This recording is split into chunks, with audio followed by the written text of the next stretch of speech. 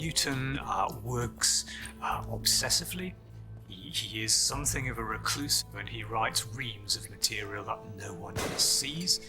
This is knowledge that he's developing for himself. He was quite suspicious, paranoid, cruel, sadistic, but then he had this enormous capacity to hyper-focus, enormous capacity to ask fundamental questions, and the ability to do experiments and to persist with a question until he came up with an answer.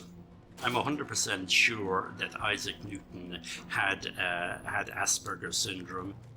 The key to the condition is poor social relationships, poor empathy. They have a piercing gaze, problems reading faces, reading body language, and they're rather repetitive in their behavior.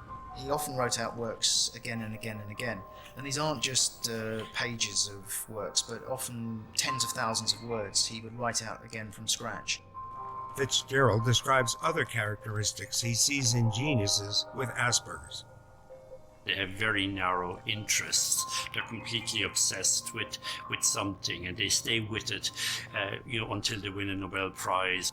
I think there is a lot of independent evidence that Newton did push himself to the limit continuously, and that he did indeed engage in this kind of distracted behaviour. And he was capable of being utterly tunnel visioned and obsessed with whatever it was he was doing. Fitzgerald also believes that Albert Einstein and Charles Darwin showed signs of Asperger's syndrome. If Newton has Asperger's, his brain works differently than in an average person. The way I would describe it would be like having maybe 12 computers in the brain operating independently almost of each other. They're not linked up and they're not integrated as they are in a neurotypical or what we call an average person. Now, this intense local processing can function far superior to an integrated brain